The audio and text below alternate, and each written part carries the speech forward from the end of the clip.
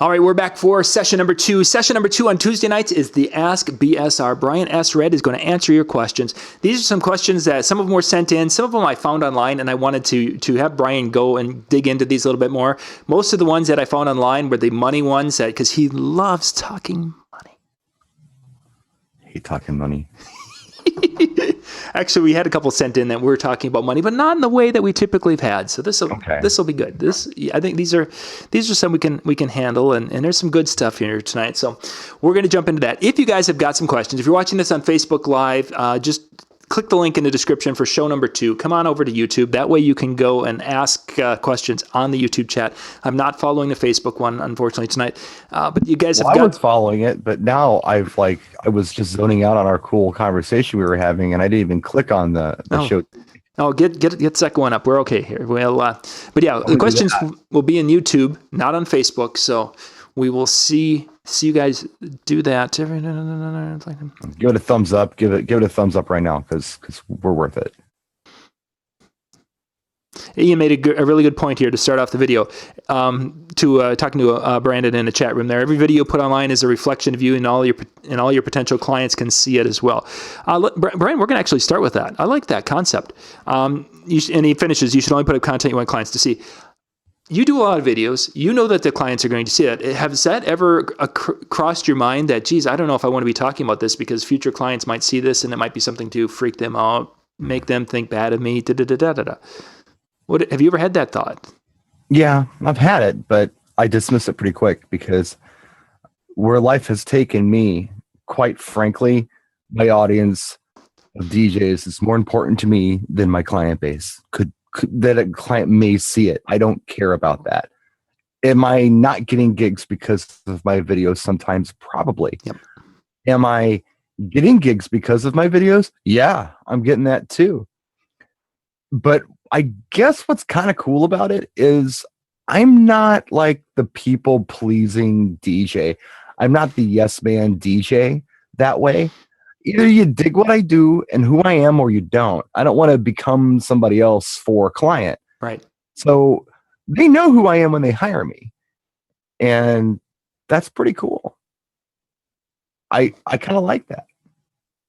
Yeah, you mentioned, have you lost events? I know for surely there was one event that I did indeed lose because my rate was obviously higher than the other, and the thing that tipped them over the point was that the other DJ who was bidding against me, we'll call it, basically said, "Do you know that he does a lot of YouTube videos?" And she's like, "No, I had no idea." Yeah, he spends all of his time training DJs now, so he doesn't have enough time to focus on your wedding.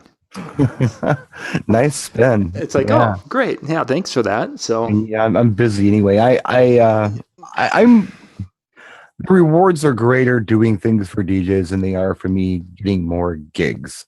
I work as much as I want to work. Mm-hmm. I turn down work. I don't need to be. I'm 45 and disabled. I don't have to be out there every week anymore. I don't. Yeah. I'm doing fine right where I'm at. Mm-hmm. And the whole time I'm thinking about DJing and I'm thinking about ways to improve and ways to better not only myself, but others as DJs, ideas, whatever. So I'm a stronger DJ because of it. Yep. But yeah, I mean, and there are DJs out there who do a real nice job with the videos and the client pleasing. They do both very well. And one person that I will just give a shout out to, who I think does a wonderful job with this, is Jay Brannon. Mm-hmm. If you look at his channel, it's really generic enough where it's not upsetting anybody, and it's only kind of a cool tip thing. Me, I'll give opinions, and I'll go on camera haggard looking with stubble, and I'll rant about something. Jay doesn't do that, but I do that. So, you know, there's a balance. You can find that balance, but really, I mean, I've chosen a path, and this is the one. So, I don't know if that answers the question or not. No, it does. It does. Hubcap dude, we don't have any a topic. We've just got a variety of questions, but we were building off. Ian had made a good post up above, and I wanted to just chat about that a little bit. So, you know, I've done several same-sex weddings, And they are because of my YouTube videos on the subject, Hmm. where I came right out and said, look, I don't care. It doesn't matter to me. I don't understand it, but I accept it and I embrace it. And I am more than willing to do these events because I think it's cool. Why not? Oh yeah. Now there might be some couples out there who are against this and hear me say this and say we don't even want to work with you because you're down with this. But then I've had couples who call me and say, hey, we saw your videos and we love your attitude and thank you for saying that, and we'd love for you to do our wedding. Yeah, for sure. So it goes both ways, Yeah, I think that it does. Because as you mentioned that, I did have one couple that introduced me to their guests as a YouTube person. Uh-huh. And we want to thank John. John, you guys might have seen John. He's on YouTube a lot. He does a lot of things. Famous. Like, yeah. Okay, great. Yeah. This isn't my target audience, but right. All right, let's get some questions here. First one. The question is do DJs bring the crowd to the bar, or does the bar bring the crowd in for the DJ to hold? How, in most situations, in your experience that you've had in years of playing, which one has to come first, basically? Is it a good DJ can bring a crowd, or is it a good bar brings a crowd and the DJ? Well, why would a bar owner care if there was a DJ there unless the DJ was making the bar money? So if we're talking about a public place where you're actually bringing a crowd in, where a crowd's actually coming in, to just hang out, they have a choice of several places. The DJ is there for the bar. The DJ is there to bring people in to drink. Ultimately, that's what it is. If you don't know that, I'm telling you that. Now, the bar owners may not even know that. They may think that, it's the other way around. But the truth is, if you're good at what you do as a DJ, what you can do is you can bring a crowd on the dance floor, get them hyped up, get them nice and thirsty, and then kill your set and send them to the bar so they can buy a whole bunch of drinks.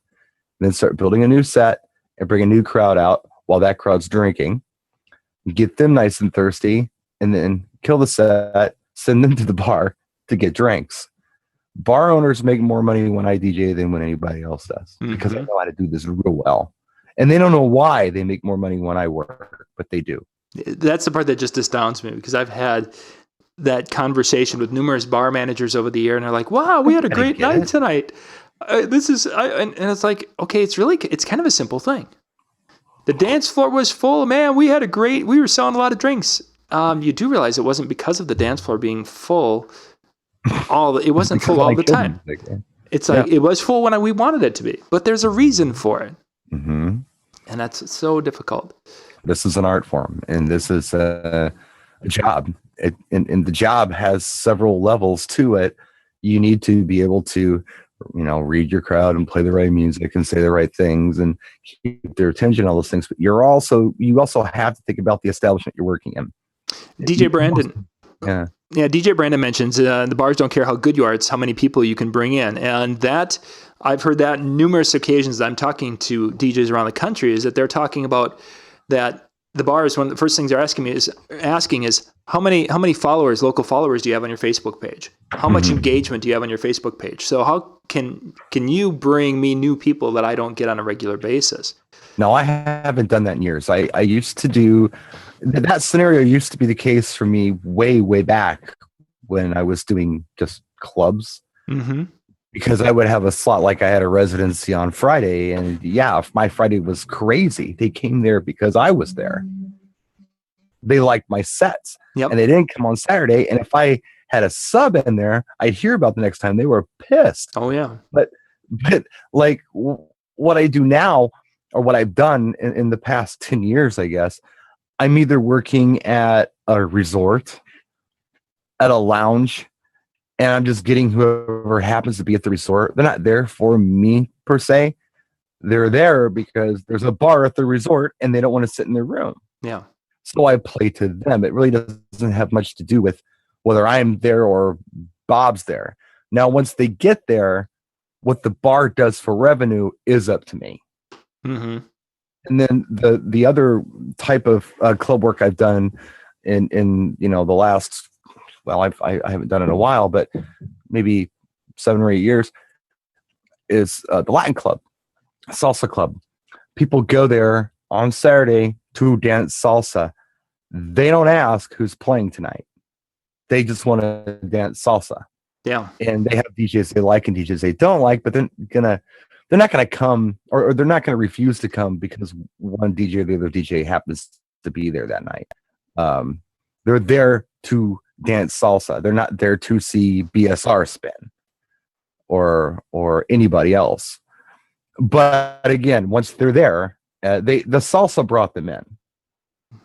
I'm DJing the salsa, but it could be any DJ, and then the music. I'm rotating the bar. What the bar makes is up to me. That is still up to me. So, this has been my experience.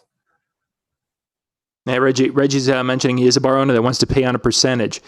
I had one bar that offered to do that to me years and years ago. I think they were going to pay me $1 a head through the door. Mm-hmm. And it just so happened that they were playing in an area, and this is back in my day when I used to play in the bar a lot. Mm. So for 2 weeks at my residency, the word got around that I was playing in that place. He ended up paying me over $500 for the night, which at that time in like 1993, $500 for a mobile DJ in central Minnesota was crazy high.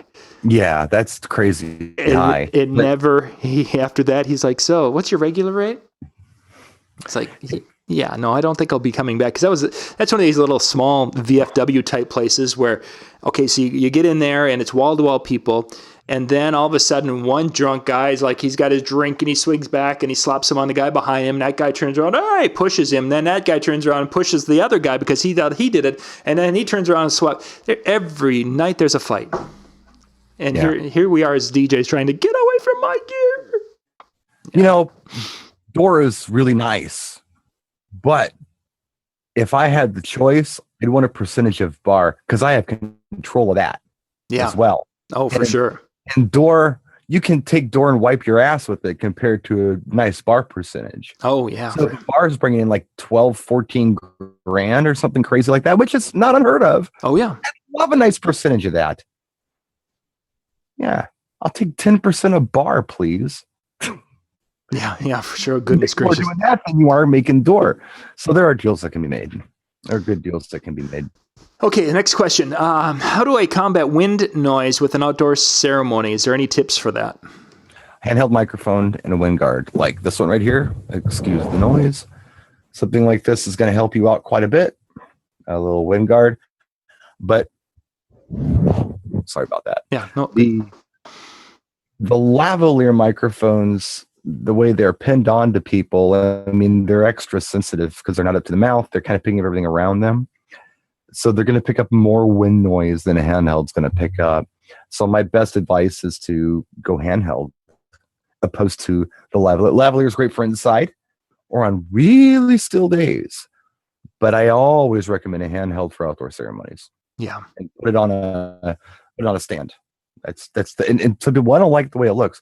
Well, you're going to like the way it sounds compared to what the lavalier is going to sound like. Yeah, for sure. And that's every ceremony I've done, I have the lav if it's a beautiful day, outdoor ceremony. If it's a beautiful day, no wind, we're going to wear the lav. If we have a wind, we're going to go handheld. If it's really, for some reason, frequency bad, we're going to have a wired handheld. It just tends to be more forgiving. Yeah.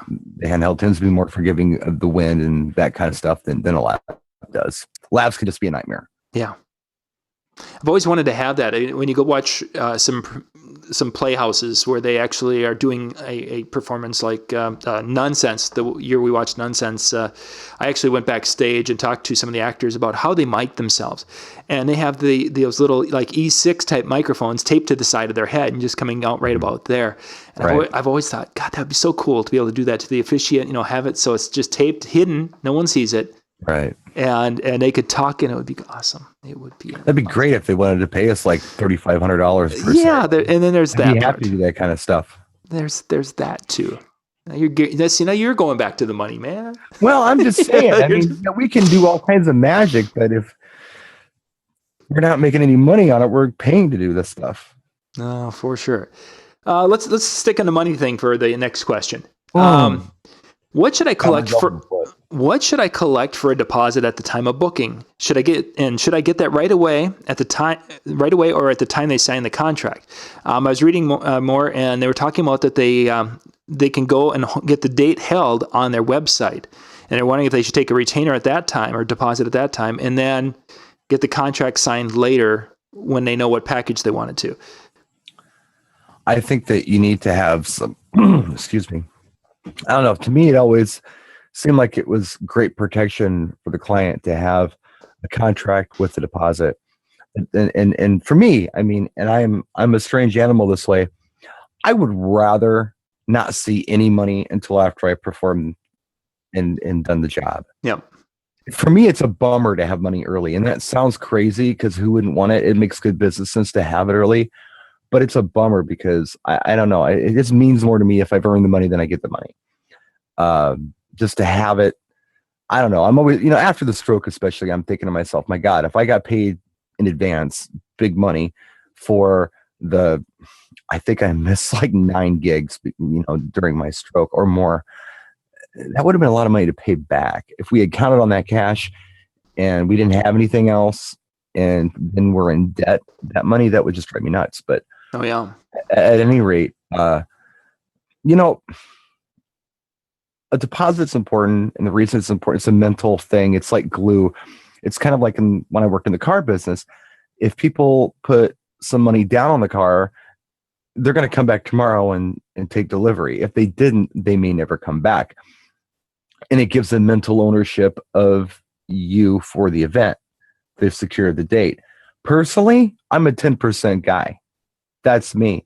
Some people are 50%. There's no right or wrong here, but some kind of deposit I think is important. And I like to collect that with the contract. And if you're thinking, well, they don't know what package they want or whatever, have some kind of contract. You can have like a basic services contract. Yep, that's what I would recommend. Yeah, that just you're going to be there, and this is your basic thing, and they've paid the 10% deposit on the basic thing, and you can add on later and make that a bigger thing if you want to. That's just my thoughts on that. When they were mentioning this, I thought back to like in the DJ Event Planner, who's one of our sponsors for our shows. They've got the ability to go in there and people can kind of pick and choose which different options they want, but they can actually generate a contract. And just as you were saying, Brian, generating kind of a basic contract with the different options and saying, okay, so here's our basic contract, and we don't know what package A, B, C, or D you're going to go with, but here are the rates for the 4. I'm agreeing that this is the rates. You're agreeing that this is the rates. They can digitally sign a contract and they can make that retainer payment and really secure their date. Right. Just like that. And that way, things can be added to, subtracted to, but all the numbers are there. So there isn't any, well, geez, you said uplighting was going to be 175 and now it's 375. Well, no, initially that's what it was. Right. Now you mentioned, of course, 10% on your side. I used to be the, $200, $350. I've gotten to the point where with the retainers and such, and you hear stories. I think we heard one today that was out there where someone was saying that a friend was talking about this, where there's a company that was calling around to the different facilities and such in the area and finding the people who are having events and offering them for their holiday parties to basically credit them the amount of their retainer that they paid for the other DJ to book with them. So basically, if they had a $300 retainer paid to DJ over here, that they would basically say, okay, we'll match their price. We'll give you the credit for the $300, plus we will throw in a free photo booth or something like that. Right. And that's something that can happen. It doesn't happen often, but there are going to be some people who are desperate for business and may do that. So from our perspective, to protect our businesses, we have to be thinking from there, especially if this is all you do. Brian and I have other side things because we don't DJ all the time. We don't have to be out there. But if your income is, if your June Saturday has to be a money-making night, then you need to be thinking about, maybe your retainer is a $500 or it's a 50% thing.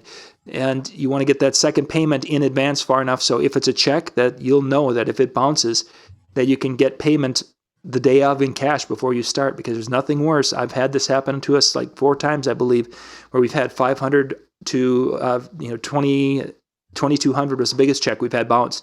But we've had checks bounce over the year, and trying to collect a check is like next to impossible. Yeah. So I would highly recommend never getting in that world. Okay, any questions here? I know I've got one that Brandon.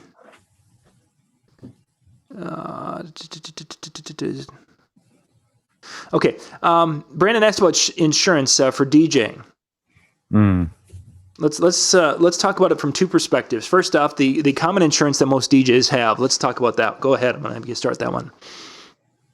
The liability stuff. Yep. Yeah, liability is just if anybody, I don't know. I had a GoPro projector sitting on my stage this week. If some little kid would have hopped on the stage and tripped over the GoPro projector and broke their arm, and they found me liable for it, the liability insurance would kick in then and pay for that. The insurance I carry is $2 million annually, $1 million per incident. So that's up to $1 million per incident, rather. After that, they go after me. But I mean, how much can it possibly take to fix a broken arm, I guess? Yeah, most of the things we're going to. The liability insurance that most banquet facilities want you to carry, because your setup, you did it, they didn't do it, so they don't want to be liable for whatever you've done. Any cables you didn't secure, any equipment that you left in a place that wasn't safe, or whatever the case might be, where guests may be injured on it. For sure. Second aspect of it is gear insurance. What are your thoughts on having your gear insured? Not for liability, but for replacement. I haven't explored it that much. The last time I looked into it was a long time ago, and the way they did it was, and it just didn't seem like a good value to me at the time. I would agree. The way they did it was they said, okay, we're going to insure your equipment while it's at wherever you're storing it. We're going to insure your equipment while it's at the venue, but we will not insure your equipment in transit. And I thought, well, hell, if it's in my truck and I get in a car accident and I paid this insurance, it's not going to cover it. Well, this is kind of crap. So I didn't do it. I'm not doing it. So some people have, insured their stuff, but it just wasn't worth it to me to even bother doing it. I think with gear, and they give you replacement value if something is stolen. Yes, if you lose a whole trailer, that sucks. But if you just take $50 a month and just squirrel it away, month after month, and after a couple of years, you've now self-insured, and you can pretty much weather almost any storm when it comes to gear. So gear insurance, I think, is it's the moneymaker for them, because when they get sued, they lose a lot of money really quick.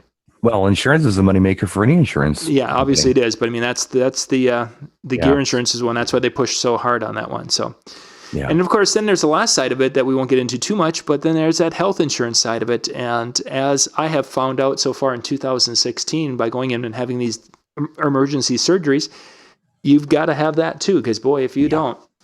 If we wouldn't have had the insurances and such, I've had. Believe me, I know a little something about that too. And you've been there and done that too. But I have. You've got to, in this day and age, you've got to have your bases covered, especially if you own something. I suppose if you live in an apartment and the most valuable thing you have is your iPhone, that might be a different story. Yeah, but in this day and age, you've got to be insurance wise. Let's put it that way. Right. Next question. Should I have a bride come up for photos behind my DJ system as the DJ bride? We've seen these pictures. She's up there and she's got the headphones and she's looking so cute. And would you do something like that, or is that just tacky? I don't. People do it. That's more of a photographer's thing. If the photographer wants to do it, I let him do it. I had a kind of a cool photographer experience this weekend. Not that the photographer did anything good for me, but I put up a stock gobo. I did a video on this. I put up the heart with the wedding bands inside of it. Yep. I put that gobo up at my wedding on Saturday.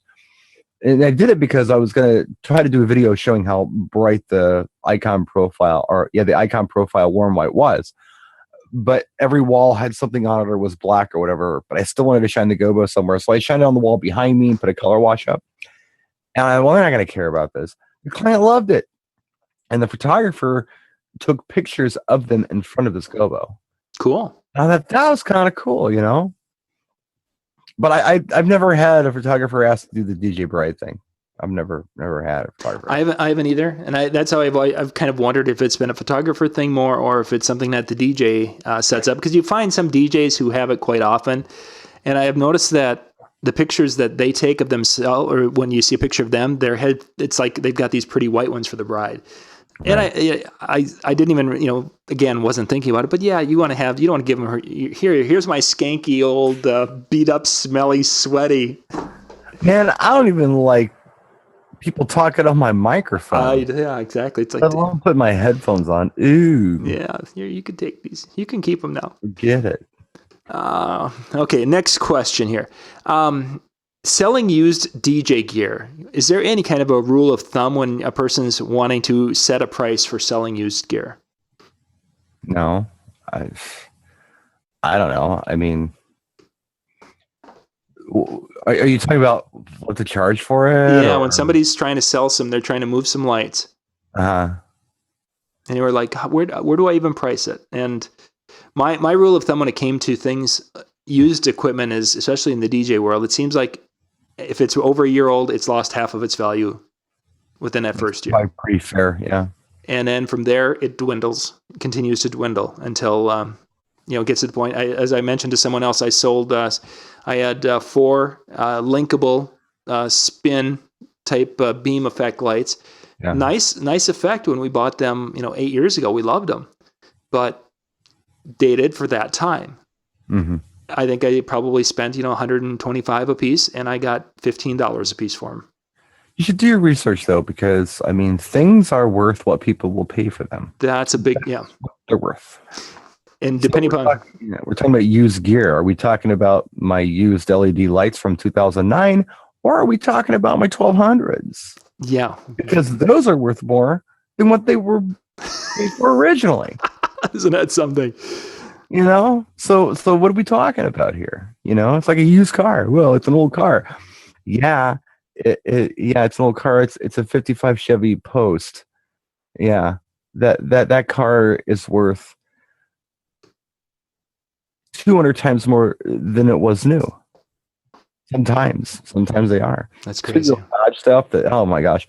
So it depends. I mean, who knew there was going to be classic DJ equipment? But there is.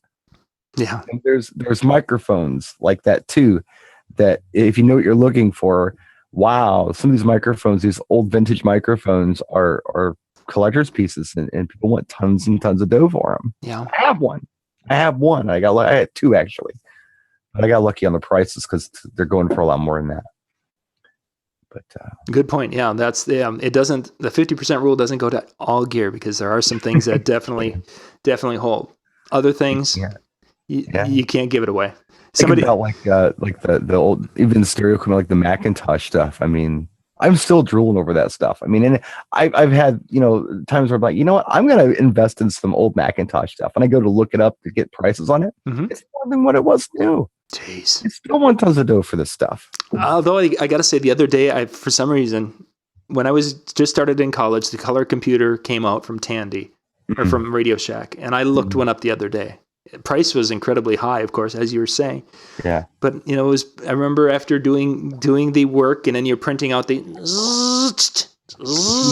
After you print out your paper, and then playing this kind of a Donkey Kong type of a thing with little guys running over and jumping over goats, whatever the program. Yeah. So yeah, you gotta be a special kind of geek to pay a lot of dough for an old computer. An old. You got to be a very special kind of geek. Well, speaking of special kind of geeks, my wife still, I think, has her Commodore 64 that she bought, was her first computer, and she brings that up. Her first game was Donkey Kong, and she bought the game, and she was so excited, and she didn't have the joystick to run it. So until she could raise enough money, she could just sat there and watched it. It's funny. I watch that TV show, Mr. Robot. And in the episode last week, there was a Commodore 64 in it. Oh my. Yeah, geez, you don't see those. Don't see that anymore. Now somebody has an SX64. Yeah, the times. Okay, let's go to our next question. if you're booking an event and the event is going to need you've talked to them, you've done a site walkthrough with the bride and groom, and the event needs to have additional gear, say specifically that there's your main room and there's a side cocktail room. Yeah, and I've got this. I got this all the time. Yeah. Yep. But they didn't want to pay extra for that microphone over there or the speaker over there and such. Do you basically bite the bullet and do it anyway because you just know that the results are going to be so much better? Or do you, because you brought it up to them, just basically say, sorry? You know, it's interesting. I had a client meeting on Sunday, which is nothing I want to do On a Sunday. I mean, after I do a Saturday wedding. Yeah. But I did. And they haven't even committed yet. But I had a meeting with them. And they're doing a ceremony outdoors. And then there's like 80 people. And then they're doing cocktails in one room. And then they're doing dinner in another room where they want speeches and background music and stuff. And then they're going to be doing dancing back in the room they're doing cocktails in. Sure. So we're discussing this. And you know, kind of tight budget, or, you know, not incredibly tight, but I was like, well, you know, how important is it your outdoor stuff? Well, we just want, you know, the processional, recessional. I said, well, yeah, 80 people, you probably don't need a microphone. I tell you what I'll do. I can come out there with a little powered speaker, you know, the little BT American Audio BT 8BT Go, and play your 2 songs and done. You know, a lot more economical than I could just bring a second full system out with wireless microphones and all that kind of stuff. And then they were discussing the whole, you know, speeches in one room and the DJ system in the other. And they said, well, we can open the door. I said, okay, well, you could do that. I could run an extra long cable, probably only needed like an extra 20 feet, and stick a speaker in that room. I could do that. There are options. I try to find economical options for them. Right. And meet them halfway on this instead of just either giving them everything or having them not have what they need. I try to meet them halfway because I understand, you know, if you don't have to pay for something, why? Oh, I understand. So, yeah. You know, but if you're there and it's like, well, I'll tell you what, if we just do this, that's only going to cost you this. So that's not a lot. Oh, okay. That's typically how I try to handle that. Instead of just giving it to them, give them an economical option. Mm-hmm. But I give them several options. We could put a full system in there if you want to. It's going to cost you this. Or we could do this and it could cost you this. Or we could take our chances and not do anything, which is the option they never take. Good idea. So you basically have a nothing and good, better, best kind of a thing. Or right. And then I recommend one. And then I say, if I were you, this is what I would do. Right. And I give him the middle one. So it usually works out pretty good. And they agree. Yeah, I think that's the way to go too. Mm-hmm. What I came up with for the client were actually like 3 options because I only had to go like, I think it's like a 15-foot difference between one room and the next. And I didn't really want to take a chance on projecting, especially the microphone thing with if I was speaking on the microphone and trying to project into the other room, I don't think we'd have a problem. But if I'm giving this microphone to amateurs to project their voice loud enough to be heard in the other room, there could be issues. So I actually suggested, why don't we put a pair of satellite speakers in that room instead of putting a full system in there? How about like these little FBT J5s? These little bitty guys. They're 5-inch speakers.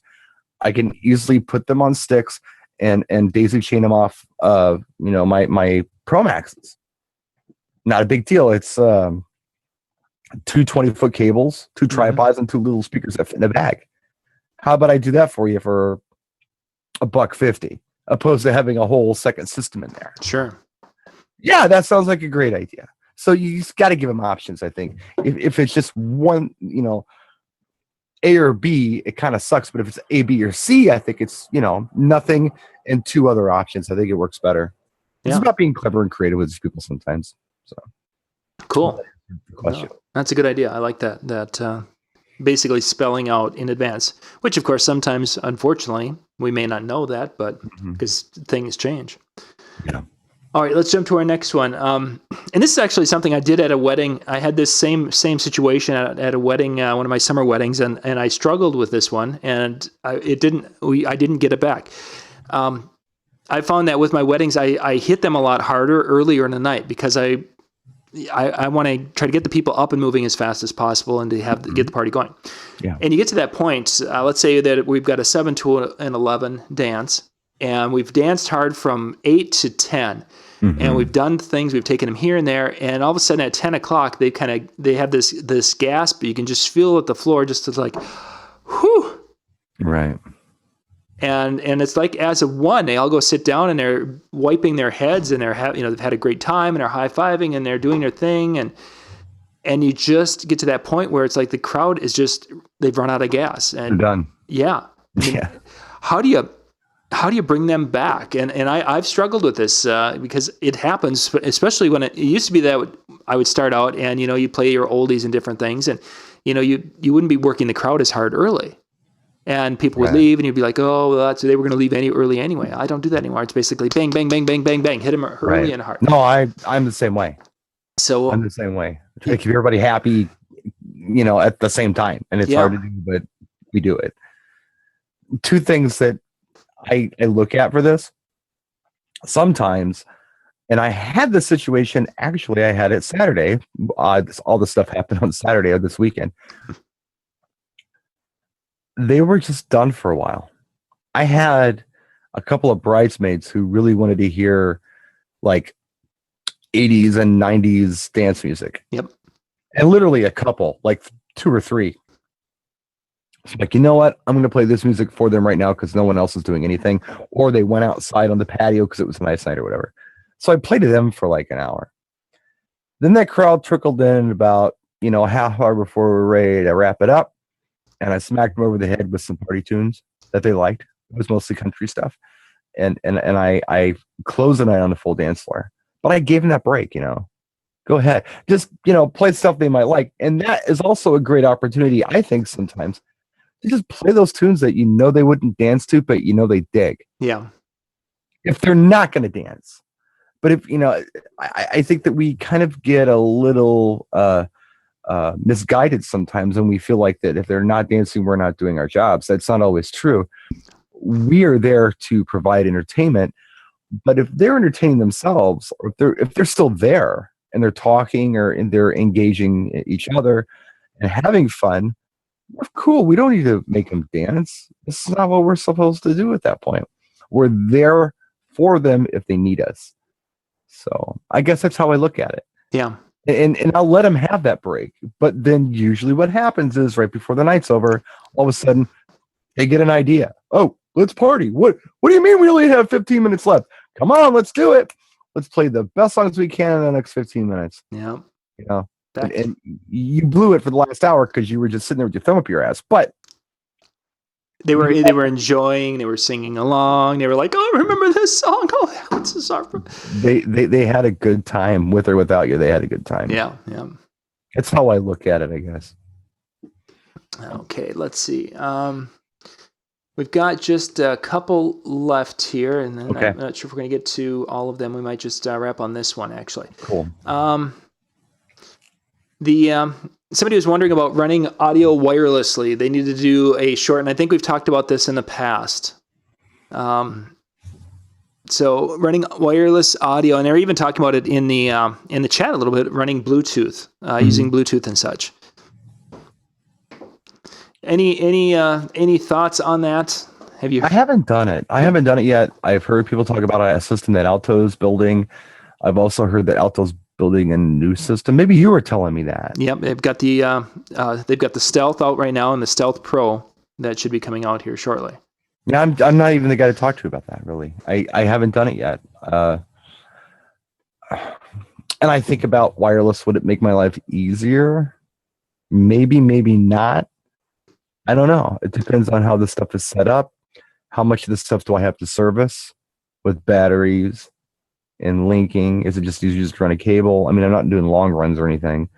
I don't know. I don't know much about it.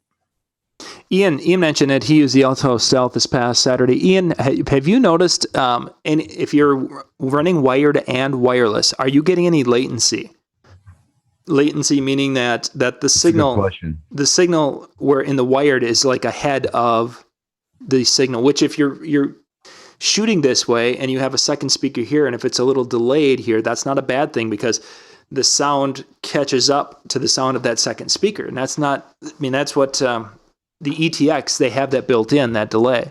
Mm-hmm. So Ian, give us a little bit more rundown. And while he's doing that, I've actually, I've got a system, Vocal Pro of all people. It's not known exactly for the high-end gear in the electronic world. They've do a lot of croaky. Yeah, they is do, that what you call it up north there? Yeah, they do the music without the band, or anyway. The karaoke company there, they sent out a system here. We've gotten their wireless transmitters that transmit audio to the headphones for the silent symphony things, and they sent the belt packs out this past week. So weather permitting, tomorrow, and if I can get Lori to go set the speakers up because I can't lift them, I was going to put 4 of them out. Yeah, I know I'm a wimp, but I can't lift. We're going to put 4 speakers out in the yard, charge everything up, put them out in the yard, and we're going to let it run until something dies, whether it's batteries, something, one of the batteries is going to die, and just let it run. And you should also have like all 12 of your kids go out there and start texting on their cell phones to create interference. Yeah. I believe that's running off the 900 megahertz band. It doesn't matter. Do it anyway. Great, they'll run up their phone bills. Thanks a lot. But Brian said we should. Uncle Brian, you suck. Man, you just ran up our phone bills. So that's gonna be something I'm gonna play with, and hopefully get that either tomorrow or Friday, depending upon what day we're not gonna have any rain. That's going to be the big thing. Someone's talking. I heard 5 inches of rain here in the next couple of days. So it's rain here too. Yeah, it doesn't sound like fun. So. Yeah, I've got some Vocal Pro gear that I've used, and some of it's been wonderful, and some of it's been very entry level. I think I have back when we used to do a lot of the karaoke shows, I think I've got a couple of microphones where it was a 2 microphone, 1 receiver unit, and they still work. Don't sound the greatest, they never did, but they still work. They're one of those things that they made and was somewhat bulletproof. But Brian, I think we're going to wrap things up. That puts us at about 45 minutes for tonight. We're skipping the song tonight, huh? Yeah, let's do. That's right. I'm sorry. It's been, I take a week off and I get crazy. Hey. Let's see. Brian, why don't you pick out a song that we're going to start with, and then you guys the way we're going to play the game is Brian's going to pick out a song that we're going to start with. Okay. And then you guys need to give us a song request. You're that drunk, obnoxious person, but it has to be something somewhat dance floor appropriate. Wedding song. A wedding song, something that would be a potential request at a wedding from the Everyone But Crazy Uncle, Fred. Not a novelty song. Yeah, can't be a novelty song because we did those. You can pick a novelty song if you want to, but then it's just pretty easy. Just throw the damn thing on. So a general dance song. So let's see. I'm going to be playing. Let's see here. Oh, I know. I'm going to be playing a tune that I've had a lot of success with lately, and people just don't even see it coming. I'm a Believer in the Monkees. That's where I'm at right now. What's the request?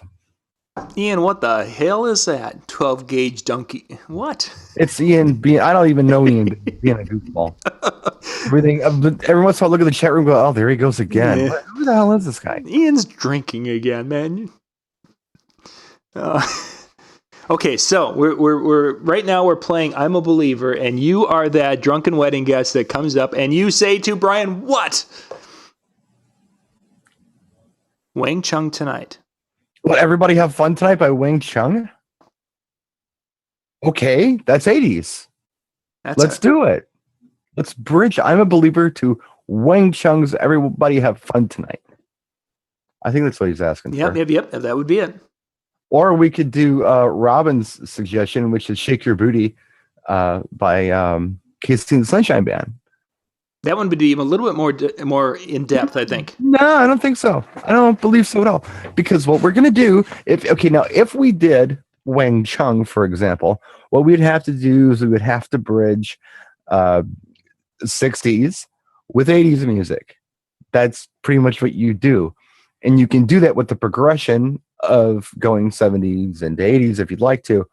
With the Shake Your Booty request, you would be bridging 60s pop rock with 70s pop disco.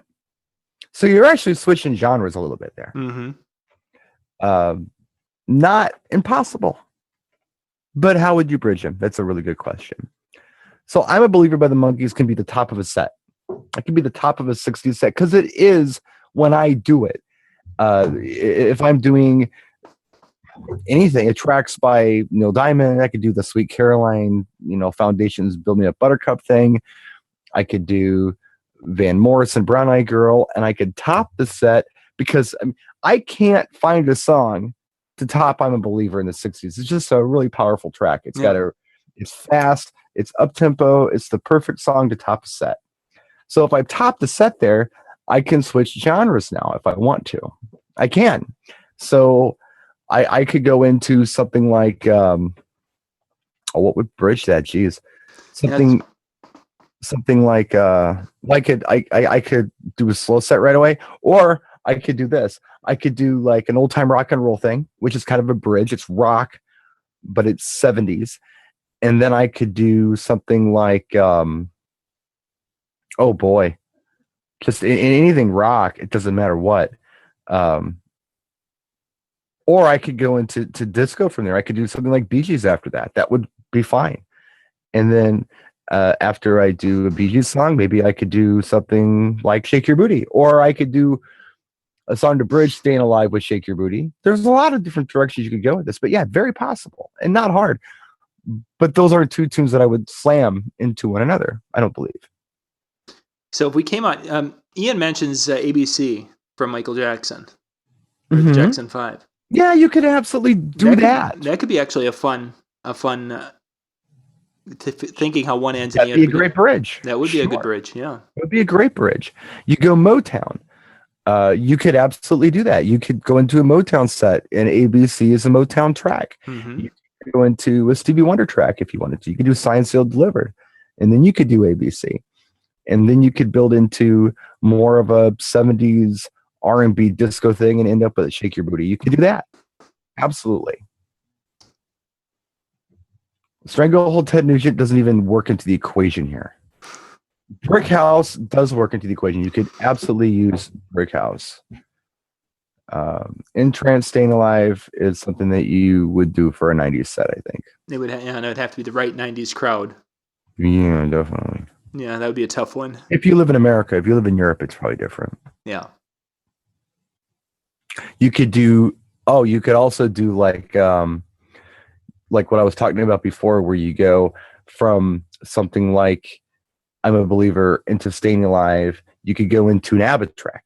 That would be a really good one. It's like a Dancing Queen or something like that.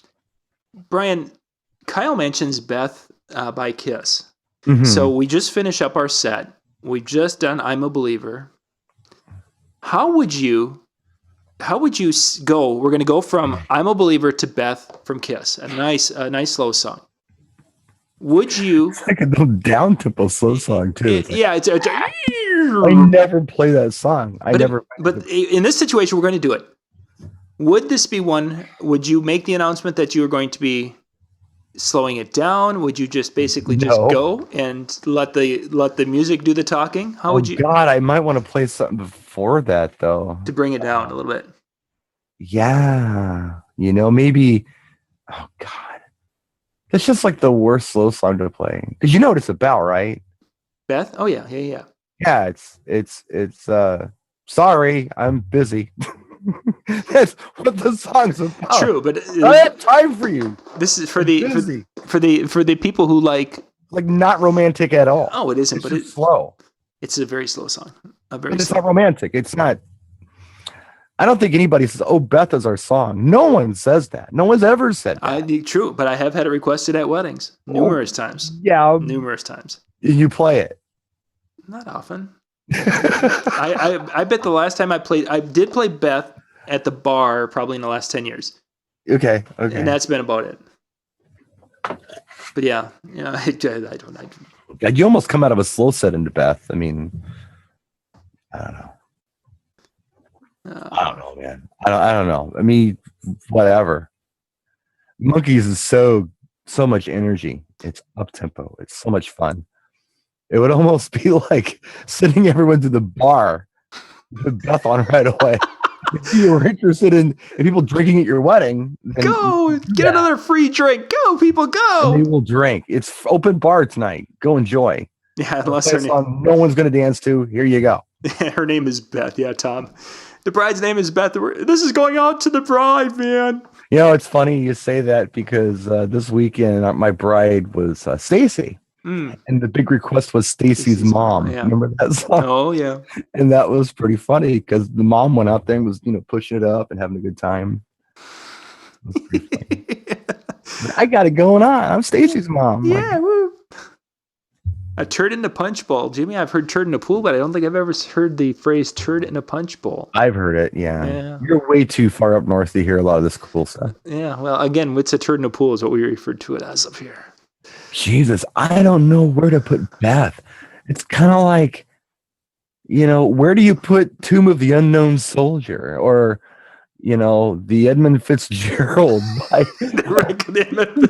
Gordon Lightfoot? Where do you put this stuff? Can you play my favorite song, man?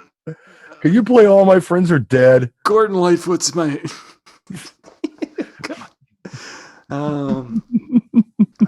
The thing is, it's not even a long intermission. It's only like 2 minutes and 13 seconds or something. Beth is incredibly short. Where do you work in Gypsies, Tramps, and Thieves by Cher? I mean, where do you work this song in to a DJ set? Oh, God. Or, you guys just like, such a so. I don't have all the answers, people. Oh, funny, you can't polish a turd, okay? You just can't do it. Funny. Oh, well, thank you guys for hanging out with us tonight. We will be back again next week. I'm sorry. See? Jimmy's finally popped up. He got up with our Edmund Fitzgerald. Woohoo! I know a guy like that who's just like, that's the greatest song in the world. Oh my God. Have another cocktail. Yeah, exactly. Sorry. Thanks for joining us, everybody. Yeah. My name's Brian. This is John. Yep. I'm wrapping up the show for us just to give him a little bit of a break this time around. We'll see you next week with more ridiculous video, live streams, and stuff. So thanks for watching for Tashagi News. I'm Brian Red. We'll see you next time.